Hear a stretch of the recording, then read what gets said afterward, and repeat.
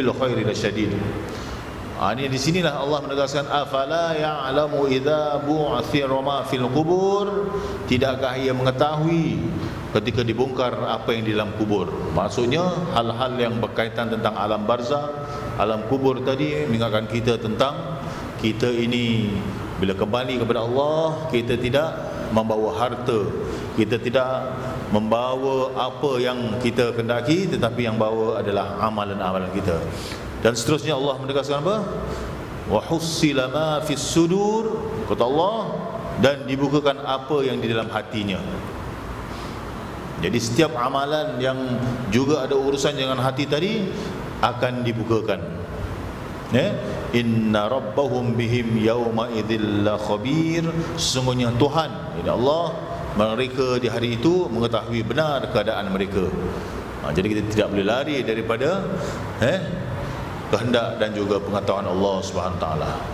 Ini melalui ayat Al-Adiyat yang dibentangkan oleh almarhum Said Abdullah Al-Jufri, menegaskan tentang surah Al-Adiyat ini mengandungi 11 ayat yang diturunkan di negeri Mekah, dan ada juga pendapat yang mengatakan turunnya di Madinah.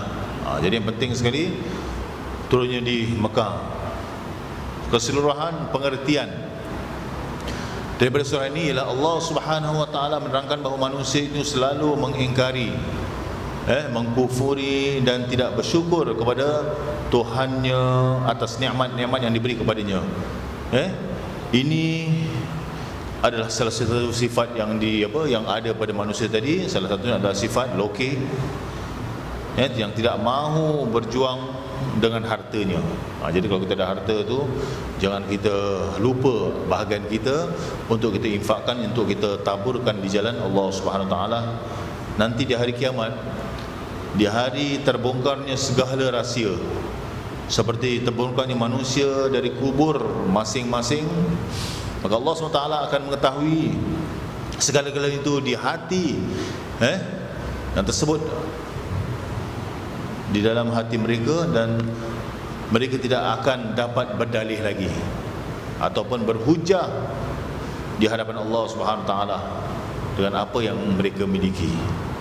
Mereka tetap akan menerima pembalasan, dan keadaan ini akan apa? Datang mengejut dengan cara tiba-tiba, samalah seperti datangnya angkatan berkuda yang menyerang di waktu-waktu yang pagi dengan kencangnya hingga sampai di tengah pihak musuh. Mereka tak dapat apa, belum buat persiapan tadi.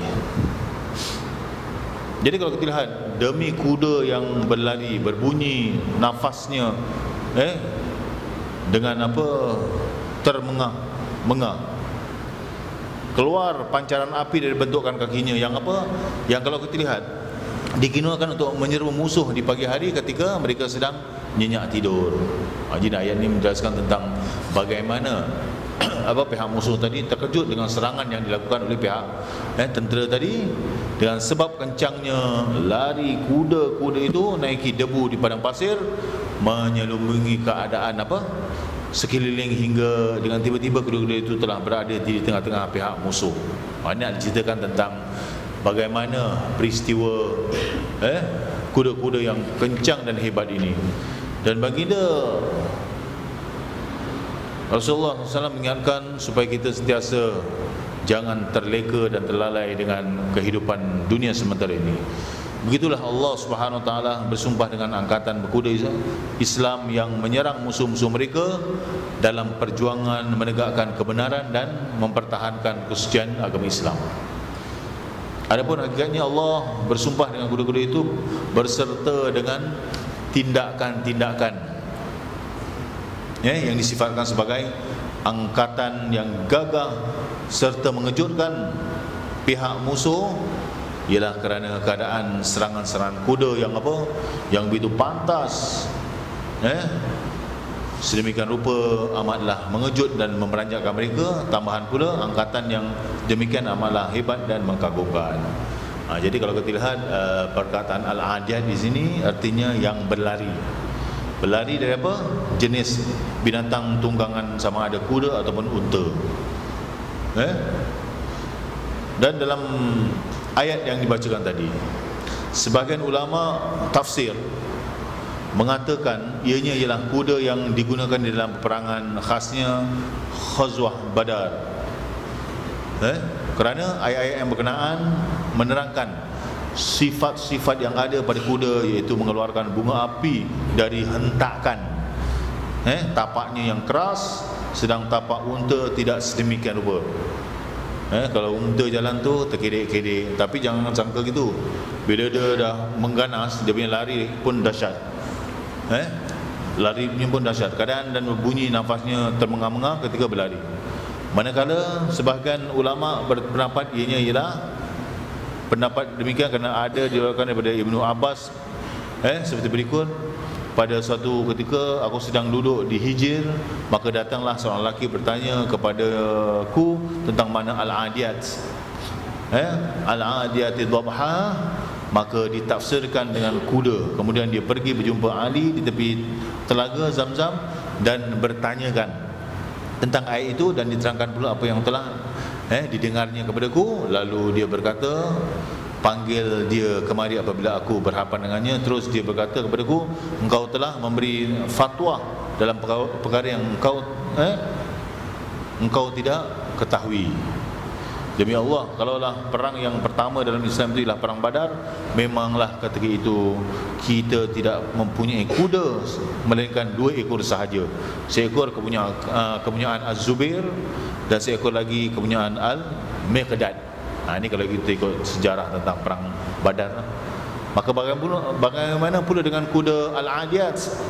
Al-Adiyati Dhabham, sesungguhnya Al-Adiyati Dhabha ini ialah unta-unta yang bertolak daripada Arafah menuju ke Musdalifah dan yang memancarkan api, iaitu dipasang di Musdalifah kemudian berlari menuju ke Mina dengan menimbulkan debu-debu padang pasir. Akhirnya sampai di tengah-tengah banjiran manusia di Mina. Akhirnya kata Ibnu Abbas, aku tarik balik pendapatku dan aku turut kepada pendapat Sayyidina Ali. Ini pandangan-pandangan para sahabat yang mereka sendiri mempunyai pengalaman dalam peperangan. Kemudian terdapat pula pendapat yang lain, iaitu yang dimasukkan dengan kuda-kuda itu bukanlah kuda-kuda yang digunakan dalam peperangan-peperangan atau ghazwah yang tertentu, tetapi sekarang yang dimasukkan ini adalah suatu jenis binatang yang kuat, cergas, tangkas dan amat berguna dalam lapangan hidup, sama ada dalam masa damai atau perang. Ada beberapa hadis yang menggesa orang Muslim mempelajari cara menunggang kuda dan cara memahirkan diri dalam lapangan itu sebagai suatu kehandalan yang dapat menguntungkan negara pada saat yang diperlukan untuk menentang musuh atau mempertahankan negara. Inilah kesimpulan dari pendapat Syekh Muhammad Abduh dalam mentafsirkan ayat ini. Tetapi menurut zahir ayatnya, bahawa yang dimasukkan al-adiyah ialah kuda, bukannya unta. Jadi apa sahaja pendapat yang diterangkan kita ambil sebagai panduan. Jadi apa yang hendak ditekankan di sini dalam pengajaran surah Al-Adiyat ini, manusia menurut tabiat semuanya jadi suka atau memang cintakan dirinya, cintakan hartanya, cintakan kemewahan dan kesenangan hidup dunia ini. Oleh kerana terlampau cintanya perkara yang tersebut itu mudah diperdayakan, dipengaruhi oleh syaitan yang menghiaskan dunia untuknya. Ia tamak dan bakhil. Kerana apa? Kerana ia mengharap supaya kekal hidup di dalamnya, ini dalam dunia ini, kalau boleh ia memang tidak ingin meninggalkan dunia ini.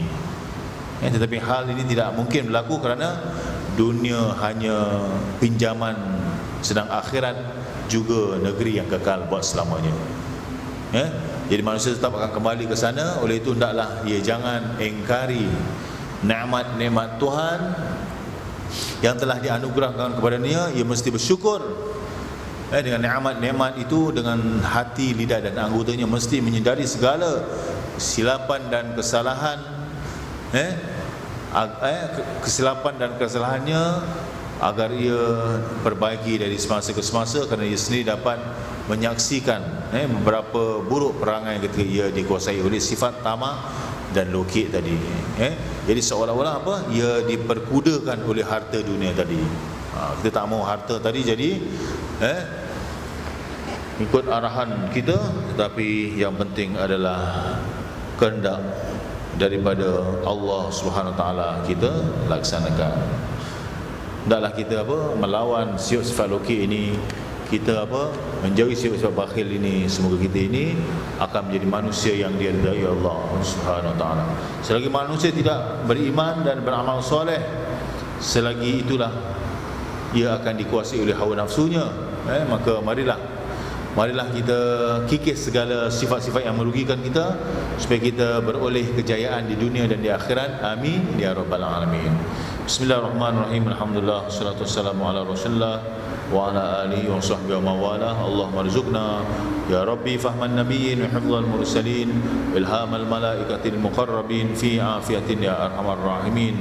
Rabbana taqabbal minna du'ana innaka antas samiul alim, wa tub alaina ya Allah ya maulana innaka antat tawwabur rahim, wa akhtim salihati a'malana ya Allah ya karim, bi fadli subhan rabbika rabbil izzati amma yasifun, wa salamun alal mursalin walhamdulillahi rabbil alamin. Taqabbalallahu minna wa minkum.